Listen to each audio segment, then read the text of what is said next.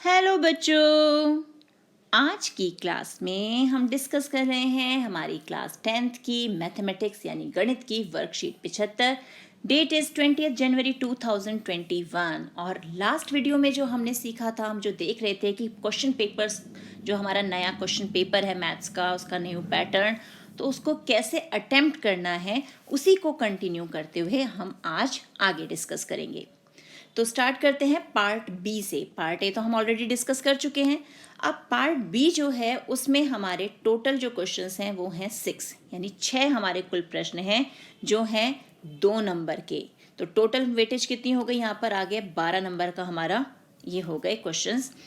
फिर part B में ही हमारे 3 मार्क क्वेश्चन भी हैं जो हैं 7, यानी टोटल मार्क्स कितने हो गए 3 × 7 यानी 3 सत्ते 21। और 5 मार्क क्वेश्चन हैं जो हैं 3 यानी 15 नंबर के हमारे ये हो गए। तो अब टोटल अगर इन्हें देखें तो पार्ट बी जो है वो हमारा उसमें है 16 क्वेश्चंस और जिनके मार्क्स टोटल हैं 48 यानी 48। तो अब ये 2 नंबर के, 3 नंबर के और 5 नंबर के क्वेश्चंस जो हैं इन्हें अटेम्प्ट करते समय क्या ध्यान रखना है। जैसे 1 मार्क क्वेश्चन के लिए मैंने आपको बताया था कि हमें ज़्यादा लिखना नहीं है, हमें सिर्फ वर्ड टू वर्ड आंसर करना है, या जो ऑप्शन है करेक्ट वही ऑप्शन डायरेक्ट लिखना है कि A B C D कौन सा ऑप्शन हमारा आंसर है। लेकिन जब हम 2 मार्क, 3 मार्क या 5 मार्क के क्वेश्चंस की बात करते हैं तो हमें क्या होगा, 2 mark question very short answer question होते हैं हमारे, तो उसमें हमें 2 से 3 लाइनों में या ज़्यादा से ज़्यादा हम 4 स्टेप्स में उन क्वेश्चंस को सॉल्व करेंगे। सिमिलरली 3 मार्क क्वेश्चन जो होंगे वहाँ पर जैसे हमारी थ्योरम्स हो सकती हैं 3 मार्क क्वेश्चन में, या कोई फिगर रिलेटेड क्वेश्चन हो सकता है, तो वहाँ पर अगर हमारे पास कोई आकृति है तो उस आकृति को बनाना भी बहुत ज़रूरी है कि हम किसके कॉन्टेक्स्ट में, किसके बारे में हम बात कर रहे हैं, कि वो घन है, क्यूब है, कौन सा है, तो उसके बारे में हमें उसकी आकृति ज़रूर बनानी होगी।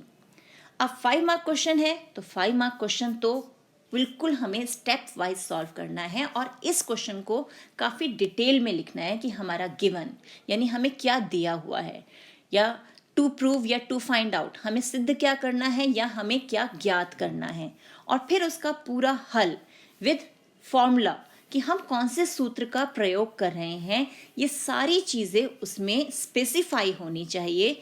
तो हमारा 5 मार्क क्वेश्चन जो है वो पूरा का पूरा हम अच्छे से अटेम्प्ट कर सकते हैं। तो हमें ये क्वेश्चन पेपर भी अटेम्प्ट करते हुए ये हमें ध्यान रखना है कि जितनी हमारी प्रैक्टिस होगी हम क्वेश्चन पेपर को उतना इजीली और फास्ट अटेम्प्ट कर पाएंगे। तो अगर कोई क्वेश्चन में हमें डाउट भी होगा तो उसके लिए, उसको सॉल्व करने के लिए हमारे पास स्पेयर टाइम भी हो। बिल्कुल हमें एंड टाइम तक अपने क्वेश्चन को सॉल्व नहीं करना, हमें लास्ट के 15 मिनट्स रखने हैं जिससे कि हम अपने प्रश्न पत्र को रिवाइज कर सकें। तो अब हम देखते हैं कि कौन किस टाइप के क्वेश्चंस हमारे आते हैं। तो ये हैं हमारा, जैसे ट्राई योर सेल्फ में find out if given triangles are similar, if yes then write the sequence of similarity. तो ये है 2 मार्क क्वेश्चन, यानी 2 नंबर का प्रश्न है जिसमें हमें कहा गया है कि पहले तो ये देखो कि क्या दिए गए त्रिभुज समरूप है, यदि हाँ तो समरूपता का क्रम लिखिए। तो अब यहाँ पर ये प्रश्न जो है 2 भागों में बटा हुआ है, 2 पार्ट्स में। पहला तो हमें आंसर देना है कि ये सिमिलर है या नहीं, यानी समरूप है या नहीं। तो हाँ या ना, पहला तो ये उत्तर होगा। और अगर हाँ है तो हमारा समरूपता का, सिमिलरिटी का जो क्रम है वो क्या रहेगा। तो अब यहाँ पर हम ध्यान से देखें तो 71 डिग्री ये हमारा एंगल ई है और आर भी हमारा 71 है। तो angle E is equal to angle R is equal to 71 degree, ये हमें दिया है, यानी हमारा गिवन है, दिया है। अब दूसरा एंगल यहाँ दिया हुआ है 70 का और यहाँ 39। तो हम यहाँ देख के कहें अरे दूसरा एंगल तो इक्वल है नहीं, इसलिए ये समरूप तो है नहीं, सिमिलर नहीं हो सकते। हम ऐसे में सीधे डिसीजन नहीं लेंगे, हम क्या करेंगे, हम इस f की और इसके q की वैल्यू भी कैलकुलेट करते हैं। तो f की वैल्यू कैसे मिल जाएगी, हम 180 में से इन दोनों एंगल्स का सम माइनस कर देंगे तो ये f मिल जाएगा हमें। तो 180 माइनस ये 70 + 71 कितना हो गया हमारे पास, ये आ गया हमारे पास 141। तो इसे माइनस करते हैं तो आंसर क्या मिलेगा हमें, 39। तो 39 डिग्रीज मिल रहा है f जो हमारा एंगल है। और यहाँ पे 180 में से हम ये दोनों 39 और 71 माइनस करें, यानी 39 प्लस 71, तो हमें कितना मिल गया यहाँ पर? यहाँ हमें मिल रहा है 180 माइनस ये हो गया हमारा 110, तो ये हो गया 70 डिग्रीज, यानी ये आ गया 70 डिग्री। अब देखो तीनों एंगल सेम हो गए, इक्वल आ गए, तो इट मीन्स सबसे पहला आंसर उसने हमसे क्या पूछा है क्वेश्चन कि त्रिभुज समरूप है या नहीं, whether the triangles are similar और नॉट। तो हमारा आंसर होगा yes the triangles are similar, हाँ दिए गए त्रिभुज समरूप हैं। तो ये हो गया हमारा 1 मार्क। अब हमें लिखना है समरूपता का क्रम, जो सिमिलरिटी का जो हमारा सीक्वेंस है वो हमें लिखनी है। तो हमें एंगल टू एंगल उसे लिखना है, जैसे ई आर के इक्वल है 71 डिग्री, और फिर हमने देखा अब हमारा जो एंगल डी है वो आया इक्वल एंगल क्यू के, दैट इज 70 डिग्री, और फिर angle F equal to angle P which is equal to 39 degree, और ये है 39 डिग्री के। तो अब हमें समरूपता का क्रम लिखना है, हमने ये लिख लिया, तो हम क्या लिख सकते हैं? त्रिभुज ई डी एफ समरूप है, यानी triangle E D F is similar to triangle R Q P. तो हम यहाँ पर सीधे डी ई एफ या पी क्यू आर नहीं लिखेंगे, हम एंगल से एंगल जो सिमिलरिटी है उसके अकॉर्डिंग हम उसकी सीक्वेंस, उसका क्रम बनाएंगे। ठीक है, तो ये हो गया हमारा सेकंड पार्ट, और 2 नंबर अब हमारे कंप्लीट हुए। अब है एक रेखाखंड ए बी बराबर 8 सेंटीमीटर को अनुपात 1:3 में विभाजित कीजिए। तो अब ये है क्वेश्चन 3 मार्क का, और ये है हमारा कंस्ट्रक्शन यानी रचनाओं का प्रश्न। तो रचनाएं में जब हमें कंस्ट्रक्शन करनी है तो सबसे पहला काम 8 सेंटीमीटर दिया है ना, तो हमें पता है हमें 8 सेंटीमीटर का क्या खींचना है, एक रेखाखंड, एक लाइन सेगमेंट हमने ये ड्रॉ कर लिया और इसको नेम कर दिया ए बी, क्योंकि उन्होंने हमें नाम दिया है ए बी। अगर वो नाम नहीं देंगे तो हम कुछ भी कर सकते हैं, कुछ भी लिख सकते हैं। यहाँ पर ये हो गया 8 सेंटीमीटर, हमने लिख दिया ये 8 सेंटीमीटर। अब इसे रेशो में डिवाइड करना है 1:3, तो इन दोनों को ऐड करेंगे तो टोटल आ गया 4, यानी हम अब एक न्यून कोण, एक एक्यूट एंगल बनाएंगे। कंपास को थोड़ा सा खोलकर इक्वल डिस्टेंस पर हम आर्क यानी चाप लगाएंगे। ए पे रखा 1, फिर यहाँ रखा 2, 3 और ये 4, टोटल 4 ही चाप लगानी है। इसको नेम कर देते हैं A1, A2, A3 और ये हो गया A4। अब जो सबसे लास्ट वाली आर्क है हमारी, ये चाप जो है इसे हमने B से ज्वाइन कर देना है, तो हमने इसे B से जोड़ दिया। अब 1:3 में पहला नंबर है 1, तो हम A1 यानी 1 वाली जो आर्क है इस पे पहुंच जाएंगे, और यहाँ पर अब हमें एक पैरेलल समांतर रेखा खींचनी है A4B के। तो उसके लिए कंपास को खोला, यहाँ पर एक कोण बना लिया, उसी को उतना खोले जितना कंपास को अभी खोला हुआ है, हम ए पे एक अर्धवृत्त यानी सेमी सर्कल बना लेंगे। ये बन गया। अब कंपास से इस एंगल की विड्थ नापनी है, विड्थ नापना मैंने आपको सिखाया हुआ है। लेके फिर उतनी ही चौड़ाई हम ए यहाँ पर रखेंगे और एक चाप लगा देंगे। ये हमने चाप लगा दी इधर। अब इन दोनों पॉइंट्स को मिलाते हुए हम एक लाइन खींचेंगे, तो ये लाइन जो है हमारी A4B के पैरेलल है, और इस पॉइंट को नाम दे देते हैं हम C। तो ये हो गया हमारा 1:3 का रेशो जो हमें कहा गया। तो जब हम ये पूरी कंस्ट्रक्शन कर लेते हैं स्टेप बाय स्टेप, तो हमारे 3 मार्क्स कंप्लीट होते हैं। और यहाँ ध्यान रखना है, हम खुद भी चेक कर सकते हैं कि हमारी कंस्ट्रक्शन, हमारी रचना सही हुई है कि नहीं।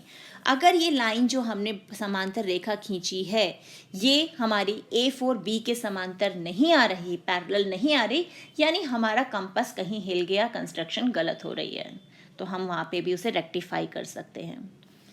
नेक्स्ट है, in the given figure MNOP is a square of side 14 centimetre, find the area of the shaded region. ये हमें एक फिगर दी हुई है, इसमें हमें शेडेड पोर्शन यानी छायांकित भाग जो है उसका क्षेत्रफल निकालना है, जिसमें ये वर्ग दिया हुआ है पूरा, जिसकी एक साइड है 14 सेंटीमीटर की। तो यहाँ हमें ये हिस्सा, ये जो हिस्से हैं ये 3 सेंटीमीटर के दिए हुए हैं। तो अब हम 14 में से 3 ये कम करें और 3 ये कम करें तो कितना बचा, यानी 14 में से हमने 6 माइनस कर दिए तो 8 सेंटीमीटर बचा। तो ये जो बीच का हिस्सा है हमारा ये हो गया 8 सेंटीमीटर का। इसी तरह ये भी। अब हम क्या करेंगे, ये और ये पॉइंट्स मिला देते हैं, तो हमारे पास क्या मिल गया, हमें मिल गया एक ये वर्ग, यानी एक और स्क्वायर मिल गया, और साथ में 4 सेमी सर्कल यानी अर्धवृत्त, एक ये, एक ये, एक ये और एक ये। तो जब हमें छायांकित भाग का शेडेड पोर्शन का एरिया निकालना है तो हम सिंपली करेंगे क्या, हम बड़े स्क्वायर यानी जो MNOP हमारा स्क्वायर है इसके एरिया में से ये 4 सेमी सर्कल जो अर्धवृत्त हैं ये हटाएंगे, प्लस ये जो एक छोटा सा हमारा वर्ग है, स्क्वायर है, इसका एरिया भी हम बड़े हमारे वर्ग में से गायब करेंगे। तो अब इसे कैसे हल करना है, क्योंकि ये 5 नंबर का क्वेश्चन है तो हम इसे पूरा स्टेप बाय स्टेप सॉल्व करेंगे। तो अब हम इसे सॉल्व करते हैं। तो हमें यहाँ क्या क्या दिया हुआ है, सबसे पहले तो हमें निकालना है area of the shaded portion. तो हमें यहाँ पर वर्ग की भुजा वो क्या दी हुई है, वो दी हुई है हमें 14 सेंटीमीटर यानी साइड ऑफ स्क्वायर, ये हमें दिया हुआ है।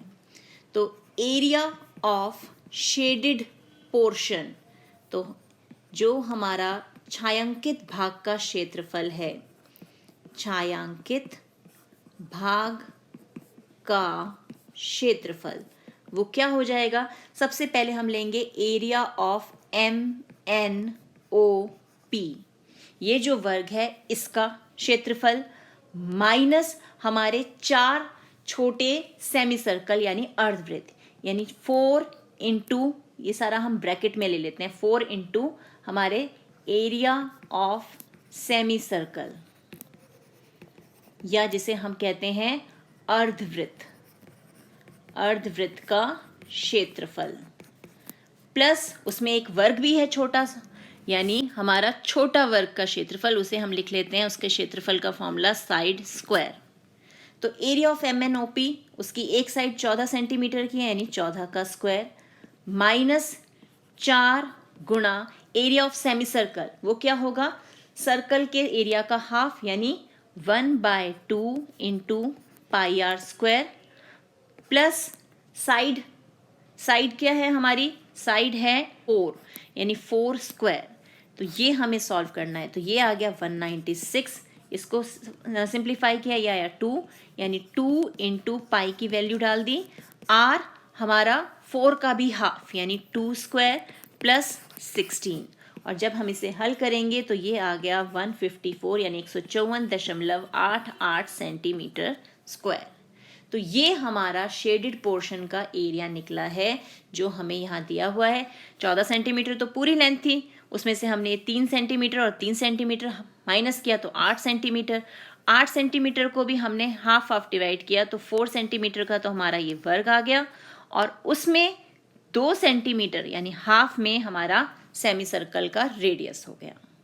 तो इस तरह से हमें इन प्रश्नों को हल करना है, प्रश्न पत्र को अटेम्प्ट करना है, जिससे हम अच्छा स्कोर कर सकें। तो इसकी प्रैक्टिस कीजिए, मिलते हैं एक और वीडियो में, तब तक keep practicing and enjoy maths.